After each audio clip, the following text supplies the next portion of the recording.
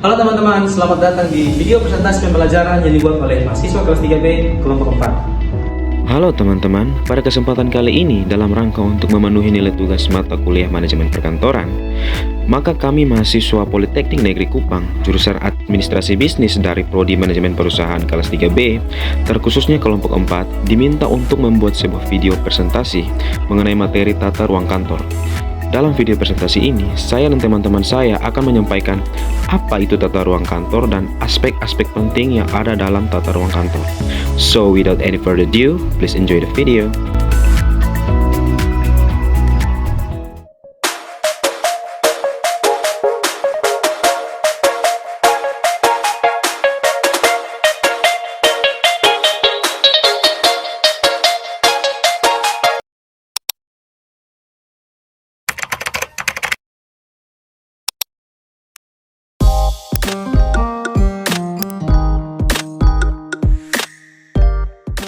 Membangun sebuah kantor yang nyaman membutuhkan tata ruang yang baik.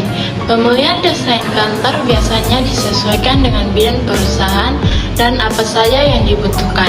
Pasalnya, tata ruang juga biasa mempengaruhi efektivitas dan produktivitas dari pekerjaan. Ikut berpengaruh terhadap citra perusahaan. Penataan layout tata ruang untuk kantor yang baik akan menunjukkan profesionalitas dari perusahaan tersebut. Tata ruang kantor adalah pengaturan ruangan, perabotan, mesin, dan sebagainya dalam suatu kantor atau perusahaan. Menurut Georg Theory, tata ruang kantor dalam kantor merupakan penentuan terkait keperluan-keperluan dalam penggunaan ruangan secara detail dan rinci dari ruangan tersebut guna mempersiapkan susunan yang praktik dari faktor-faktor fisik yang dianggap penting dalam pelaksanaan kerja perkantoran dengan biaya yang cukup. Pada intinya, pengertian tata ruang kantor adalah rancangan segala perlengkapan kantor serta pembagian ruang pegawai di tempat yang tepat sehingga tercipta suasana nyaman untuk mencapai efisien kerja.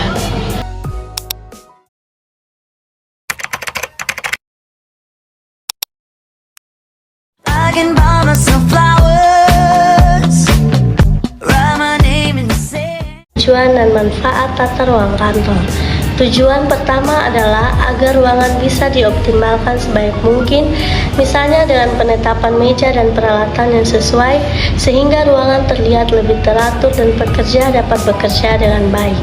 Yang kedua, selain itu perlu memastikan bahwa persyaratan perundang-undangan terpenuhi, seperti memiliki perlengkapan keselamatan yang memadai agar kantor mematuhi peraturan dan terhindar dari masalah hukum. Yang ketiga, pastikan pula bahwa pelayanan yang dibutuhkan selalu tersedia seperti telepon, listrik, dan air agar semua pekerja dapat bekerja tanpa hambatan. Yang keempat, persyaratan pekerja yang baik perlu tersedia untuk setiap pekerja, seperti meja yang nyaman dan kursi yang mendukung postur tubuh agar mereka dapat bekerja dengan efektif tanpa merasa tidak nyaman.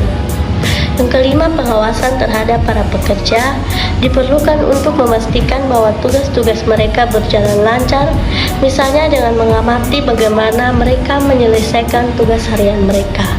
Yang keenam, penting untuk memastikan integritas antar pekerja bisa tercapai, misalnya dengan mengadakan kegiatan sosial di luar jam kerja untuk mempererat hubungan antar karyawan.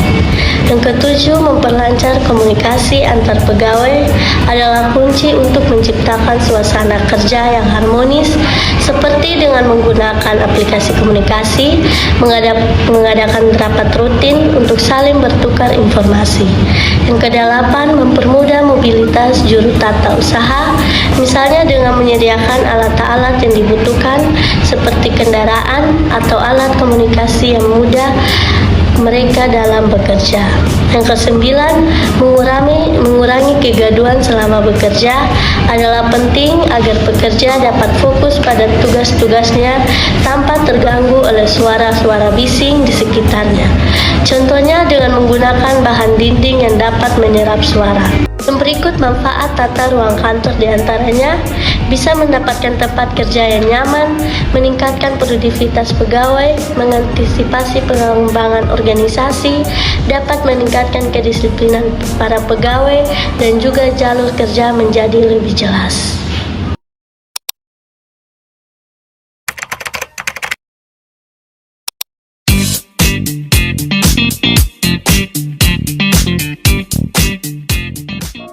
Memilih jenis tata ruang kantor yang akan diterapkan perlu ada penyesuaian dengan kebutuhan perusahaan, serta daya tampung karyawan. Semakin banyak karyawan, maka harus mengatur ruangan tersebut agar tidak terkesan penuh dan tetap nyaman. Berikut jenis-jenis tata ruang kantor antara lain.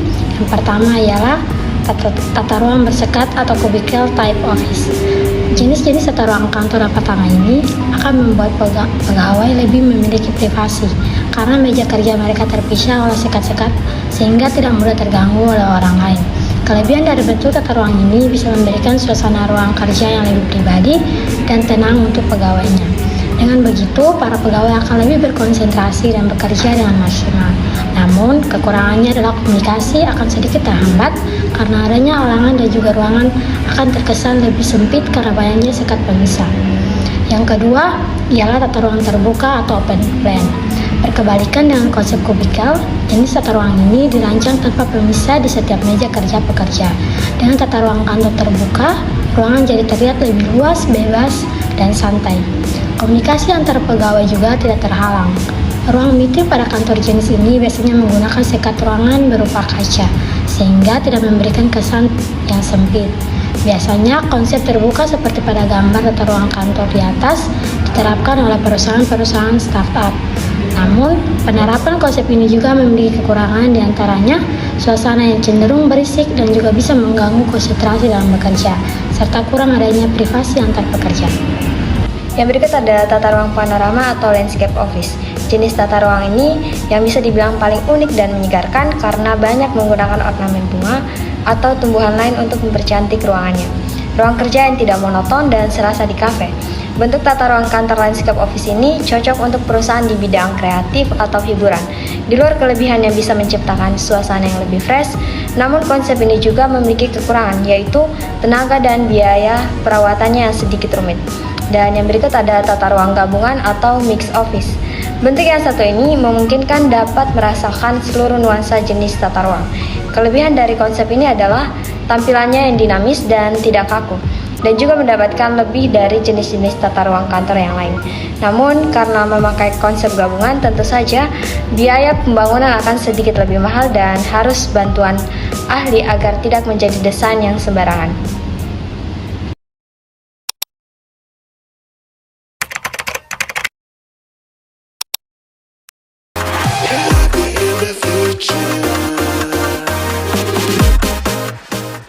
Untuk menciptakan layout atau ruang kantor yang sesuai, Anda perlu memperhatikan beberapa hal penting. Salah satunya adalah asas tata ruang kantor. Menurut Richard Mother, terdapat 6 asas tata ruang kantor, antara lain, yang pertama ialah asas jarak terpendek. Asas jarak terpendek adalah penempatan perlengkapan dan perabotan kantor yang menunjang pekerjaan tertentu. Diletakkan di lokasi yang berdekatan untuk menghemat waktu agar pekerjaan lebih efektif. Dan yang kedua, ialah asas rangkaian kerja. Berdasarkan asas ini, tata ruang yang baik yaitu yang bisa menempatkan perlengkapan berdasarkan rangkaian yang sejalan dengan urutan penyelesaian pekerjaan. Masih berhubungan dengan asas jarak terpendek, asas ini juga mendukung bahwa alat yang dibutuhkan dalam suatu pekerjaan harus diletakkan di tempat terjangkau. Yang ketiga ialah asas penggunaan segenap ruangan. Apabila memiliki ruang kantor yang tidak begitu besar, maka asas ini dapat diterapkan. Asas segenap ruangan adalah asas yang digunakan untuk menata ruangan dengan memaksimalkan seluruh ruangan yang ada. Dalam asas ini, tidak ada ruangan yang kosong atau tidak terpakai. Yang keempat ialah asas perubahan susunan tempat kerja. Menurut asas ini, tata ruang yang baik adalah penataan ruang yang bisa disusun kembali dengan mudah tanpa memerlukan waktu yang banyak dan biaya yang besar.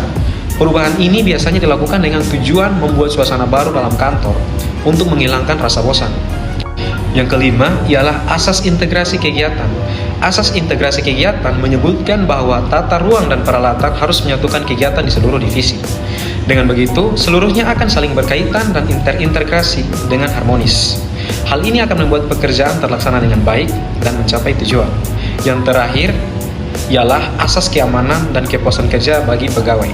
Asas tata ruang kantor yang satu ini adalah yang paling dasar, di mana berdasarkan asas ini, tata ruang yang baik harus mampu menciptakan suasana yang nyaman, aman, dan puas terhadap pegawainya. Sekian video presentasi dari kelompok kami mengenai materi tata ruang kantor. Atas perhatiannya kami mengucapkan terima kasih.